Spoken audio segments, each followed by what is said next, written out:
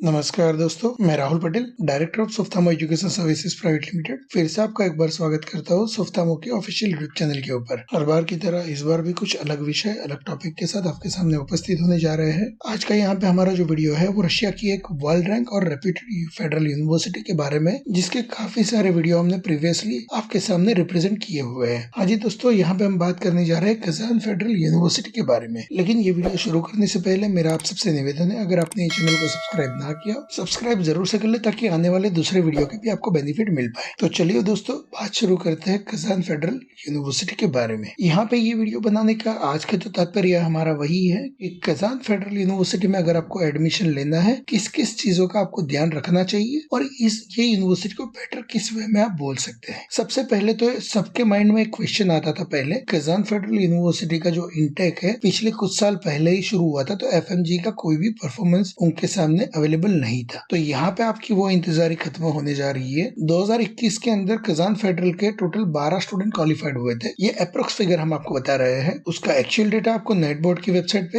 अगले कुछ दिनों में देखने को मिल सकता है। लेकिन फिलहाल यहाँ पे यूनिवर्सिटी की जो न्यूज आई हुई है, यूनिवर्सिटी की वेबसाइट पे जो रिफ्लेक्ट किया गया है न्यूज को, उसके अकॉर्डिंग जितने भी स्टूडेंट ने एग्जाम दिया था उतने हर एक स्टूडेंट वहाँ पे क्वालिफाइड हो चुके हैं। और जो हमारे पास इन्फॉर्मेशन है उसके according total 12 student Kazan federal के क्वालिफाइड हुए थे, जिसमें से 10 स्टूडेंट ने एग्जाम दिया था एफएमजी का और 10 के 10 स्टूडेंट वहाँ पे क्वालिफाइड हो गए थे। दैट मींस 100% रिजल्ट है एफएमजी का। तो एक काफी अच्छी न्यूज है कजान फेडरल मेडिकल यूनिवर्सिटी के बारे में। यहाँ पे अगर हम लोग कजान फेडरल यूनिवर्सिटी में एडमिशन के रिगार्डिंग बात करेंगे तो यहाँ पे कुछ पहलू पे आपको गौर करना जरूरी है। सबसे पहले तो यहाँ पे जो एडमिशन का इंटेक कैपेसिटी है उसके बारे में कई लोग आपको मिसगाइड करते रहेंगे। एक्चुअल जो यहाँ पे सीट इंटेक कैपेसिटी वो 80 की है और हर साल यहाँ पे जो एडमिशन दिया जाता है वो एंट्रेंस एग्जाम के परफॉर्मेंस के बेस पे दिया जाता है। उसके अलावा आपका 12th के अंदर परसेंटेज कंसीडर किया जाता है, जो कि जनरल कैटेगरी के लिए 50% होना आवश्यक है यहाँ पे, और SC ST OBC कैटेगरी के लिए 45% होना जरूरी है पीसीबी सब्जेक्ट के अंदर। और उसके अलावा नीट क्वालिफाइड होना खास जरूरी रहेगा आपके लिए।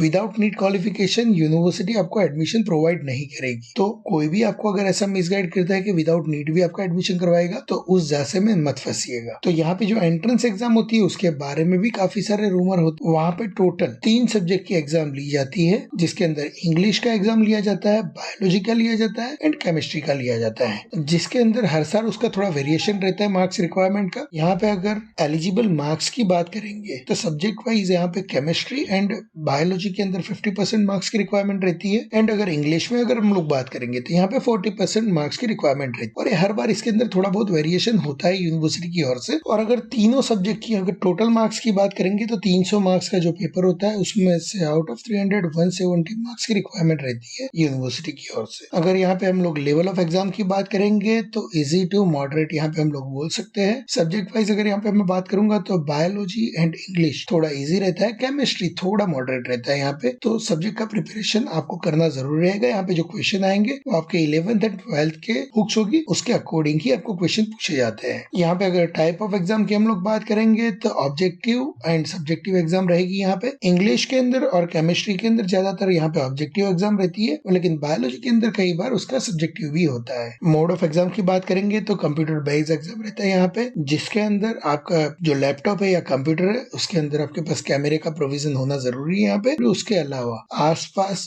कोई भी अदर एक्टिविटी ना हो, वो आपको खास ध्यान रखना है एग्जाम के टाइम पे। अगर थोड़ा भी वॉइस डिस्टर्बेंस रहेगा तो यहाँ पे आपके एग्जाम को खारिज कर दिया जाएगा। दूसरा, प्रॉपर लाइट अरेंजमेंट होना जरूरी है जहाँ पे आपका फेस क्लियर दिख पाए। तो जब भी एग्जाम देने बैठते चीज का खास ध्यान रखना है, एक अच्छी system with better internet connection required रहेगा यहाँ पे आपके लिए। अभी यहाँ पे बात हो गई एग्जाम के बारे में। एग्जाम के बाद बात आती है फेस सबमिशन की। तो यहाँ पे जैसे ही आपका एग्जाम क्लियर हो जाता है, रिजल्ट आपका एक बार सामने रिफ्लेक्ट हो जाता है और उसके बाद जब आपका एक्नॉलेजमेंट लेटर साइन होता है और आपका एग्रीमेंट साइन होता है, उसके बाद with in 7 to 10 working days आपको वहाँ पे फेस सबमिट करना पड़ेगा। जो डेट आपको दी जाती है उससे पहले अगर आप फेस सबमिट नहीं करते हो तो उस कंडीशन में भी आपका एडमिशन कैंसिल होने की चांसेस रह जाते हैं। एंड एडमिशन अगर आपका कैंसिल होता है उसके अंदर जिस अकाउंट से आपने फीस ट्रांसफर किया होगा वही अकाउंट में आपका फीस रिफंड आ जाएगा। तो कोई भी कंसल्टेंट अगर आपको ऐसा बोलता है कि आप उसको फीस दीजिए और वो अपने अकाउंट से ट्रांसफर ट्रांसफर करेगा तो उस कंडीशन में रिफंड होने में आपको दिक्कत रह जाएगी। तो ध्यान रख के जब भी फीस ट्रांसफर करते हैं आप अपने खुद के अकाउंट से ही ट्रांसफर करने को पहला प्रेफरेंस दे, दूसरे किसी के अकाउंट से ट्रांसफर ना करे। दूसरा, कई लोग आपको मिसगाइड करेंगे कि आपका वो 100% कजान फेडरल में एडमिशन करवा देंगे, तो इस जासे में आते हुए बचे आप। रीजन क्या है, अगर आप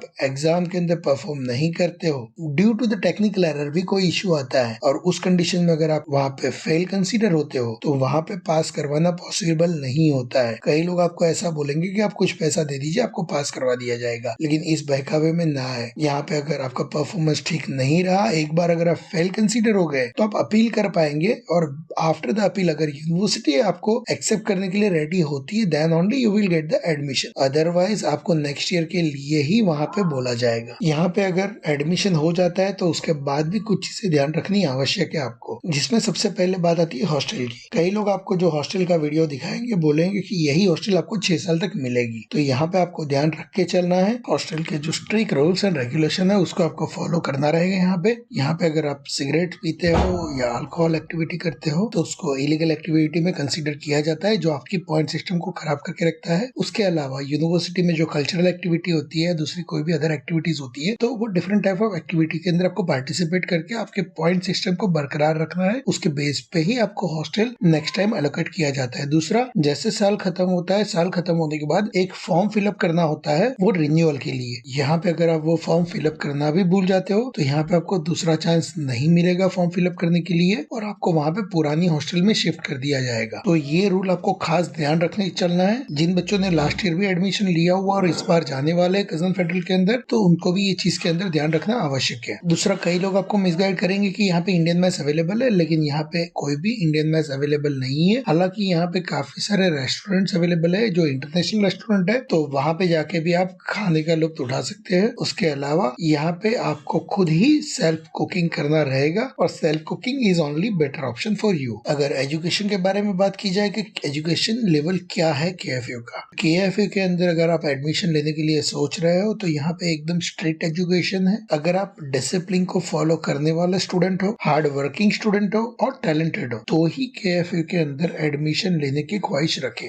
अगर आप लो रैंक स्टूडेंट और अगर आपने केएफयू में एडमिशन ले लिया और अगर इन फ्यूचर आप फर्स्ट ईयर या सेकंड ईयर के बाद एक्सपेल होते हो तो यहाँ पे रिपीट चांस मिलना बहुत ही मुश्किल हो जाएगा आपके लिए। अगर यहाँ पे केएफयू के बजट की बात की जाए कजन फेडरल यूनिवर्सिटी के, तो वो करीबन 35 to 40 के बीच में आ सकता है, उससे कम भी हो सकता है, डिपेंड ऑन योर एक्सपेंसेस। तो यहाँ पे जो हम लोग बजट की बात करते हैं उसके अंदर ट्यूशन फीस भी आ जाता है, हॉस्टल भी आ जाता है, फूड भी, और दूसरे जो अदर एक्सपेंसेस है लाइक इंश्योरेंस और वीजा एक्सटेंशन, सब मिला के इतना बजट रहेगा आपका। तो इससे कम बजट अगर कोई बताता है तो उसके बहकावे में ना आए। तो यहाँ पे हर एक स्टूडेंट से मेरा एडवाइस रहेगा कि आप नीट का प्रिपरेशन कर रहे हो या दूसरी कोई भी एग्जाम का प्रिपरेशन कर रहे हो और आपका फ्यूचर गोल जो अगर एमबीबीएस का है, तो एक बार तो आपको यहाँ पे कजन फेडरल के एग्जाम के लिए ट्राई करना चाहिए। इस एग्जाम से आप एडमिशन ले ना ले वो सेकंड पार्ट है, लेकिन आप इंटरनेशनल लेवल पे कहाँ पे मैच होते हो वो अपने आप को खुद से टेस्ट कर, खुद का लेवल आप चेक कर पाओगे। इसीलिए मैं सजेस्ट करूंगा कि हर किसी को ये कजान फेडरल मेडिकल यूनिवर्सिटी का एंट्रेंस एग्जाम देना ही चाहिए। तो यहाँ पे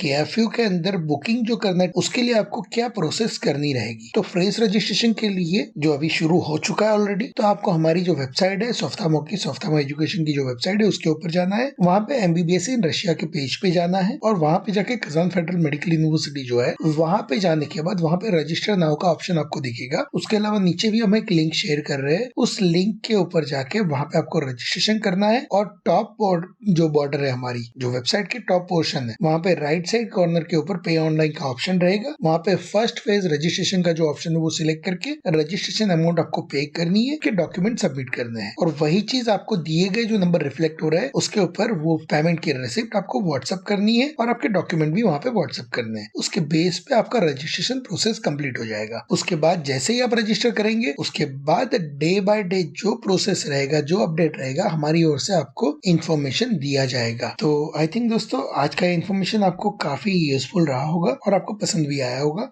अगर आपको पसंद आया है तो अपने दोस्तों के साथ शेयर करना ना भूलें एवं लाइक जरूर से कर लें। और अगर इसके अलावा कोई भी डाउट है, कोई भी क्वेश्चन है तो दिए गए नंबर के ऊपर आप कॉल करके बात कर सकते हो। दूसरा, अगर एडमिशन के रिगार्डिंग कोई भी क्वेरी है, आपको कोई भी क्वेश्चन है तो आप दिए गए मेल आईडी के ऊपर मेल भी कर सकते हो। उसके अलावा हमारा चैट सेक्शन अवेलेबल रहता है वेबसाइट के ऊपर, जहाँ पे जाके चैट पे भी आप हमसे बात कर सकते हो। और उसके अलावा कोई भी ऑनलाइन काउंसलिंग की आपको रिक्वायरमेंट है तो हमारे एग्जीक्यूटिव से आप लिंक की डिमांड कर सकते हो ऑनलाइन काउंसलिंग के लिए, तो आपको घर पे बैठ के भी काउंसलिंग का बेनिफिट मिल सकता है। तो फिर से मेरा निवेदन रहेगा आपसे दोस्तों, आपने अगर ये चैनल सब्सक्राइब ना किया और सब्सक्राइब जरूर से कर ले, ताकि आने वाले दूसरे वीडियो के भी आपको बेनिफिट मिल पाए। तो यहाँ पे आपकी अच्छी सेहत और आपके अच्छे करियर की शुभकामना के साथ आज का ये वीडियो समाप्त करते हैं। धन्यवाद, टेक केयर।